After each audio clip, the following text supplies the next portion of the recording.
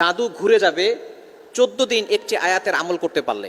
যে আপনার উপরে জাদু করেছে তার জাদু তার উপরেই চলে যাবে। অনেক সময় আমাদেরকে ব্ল্যাক ম্যাজিক করা হয়, জাদুটোনা করা হয়, আমরা অসুস্থ হয়ে যাই, বিবাহ বন্ধ হয়ে যায়, সন্তান কথা শুনে না, স্বামী স্ত্রীর ভিতরে ঝগড়া লাগিয়ে দেয়। এই যে ব্ল্যাক ম্যাজিক, জাদুটোনা যে করবে তার উপরে ঘুরিয়ে দেওয়ার চমৎকার একটি আমল রয়েছে।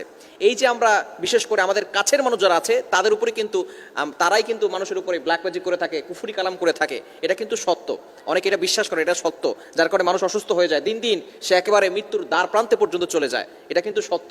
এই যে দুশ্মনীর কারণেই কিন্তু এই ধরনের কাজগুলো করে থাকে। 3টি কারণে মানুষ ব্ল্যাক ম্যাজিক করে। 1 নাম্বার হচ্ছে দুশ্মন কারণে, শত্রুতার কারণে করে। 2 নাম্বার হচ্ছে হিংসার কারণে, আপনার লাইফে ডেভেলপ হচ্ছে এটা সে সহ্য করতে পারে না, হিংসার কারণে করে।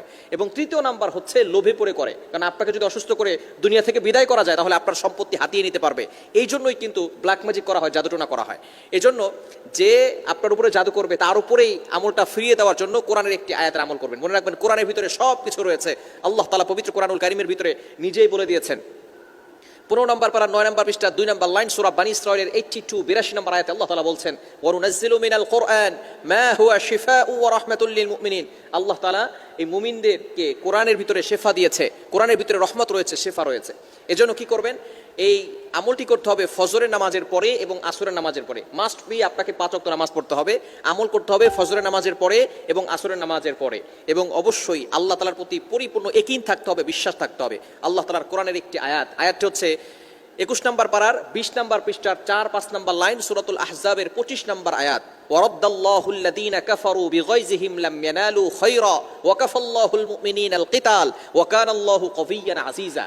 সূরাতুল আহজাবের কত নম্বর আয়াত? 25 নম্বর আয়াত।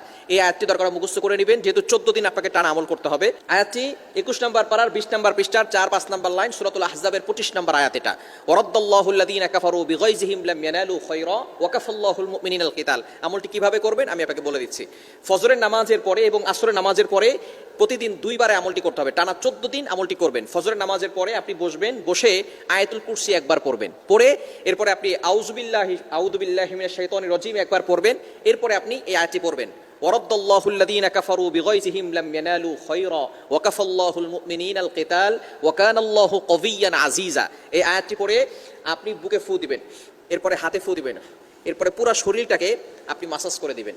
এভাবে আপনার যতটুকু হাত যায় মাসাজ করে দিবেন ইনশাআল্লাহ। তাহলে এভাবে 11 বার পড়বেন। কয়বার? 11 বার। এই আয়াতটি 11 বার আমল করবেন। একবার পরে ফু দিলেন, আবারও পড়বেন আউযু বিল্লাহি মিনাশ শাইতানির রাজিম, ওয়ারাদ্দাল্লাহু আল্লাযীনা কাফারু বিগাইযিহিম লাম ইয়ানালু খায়রা ওয়া কাফাল্লাহুল মুমিনিনাল কিতাল ওয়া কানাল্লাহু কাবিয়্যান আজিজা। আবারও বুকে ফু দিবেন, হাতে ফু দিয়ে পুরো শরীরকে মাসাজ করে দিবেন। আবারও আপনি আউযু বিল্লাহি মিনাশ শাইতানির রাজিম একবার পড়বেন, এরপরে আয়াতটি একবার পড়বেন, আবারও শরীরে ফু দিবেন, আপনার বুকে ফু দিবেন এবং হাতে ফু দিয়ে পুরো শরীরকে মাসাজ করে দিবেন। তাহলে আপনি 11 বার পড়বেন, 11 বার শরীরে ফু দিবেন। এরপরে আপনি একটা গ্লাস নেবেন, গ্লাস নিয়ে সেখানে কিছু পানি নেবেন, সেই পানি নিয়ে আবারও আউযু বিল্লাহ একবার এবং আয়াতটি একবার পরে গ্লাসে ফু দিবেন। এবার 11 বার আপনি আয়াতটি পড়বেন, 11 বার এখানে ফু দিবেন, গ্লাসে ফু দিয়ে ওই পানিটা খাবেন। ইনশাআল্লাহ টানা 14 দিন যদি আপনি আমলটি করতে পারেন, যে আপনার উপরে ব্ল্যাক ম্যাজিক করেছে, জাদুটোনা করেছে, এই জাদু তার উপরে গিয়ে পড়বে। আল্লাহ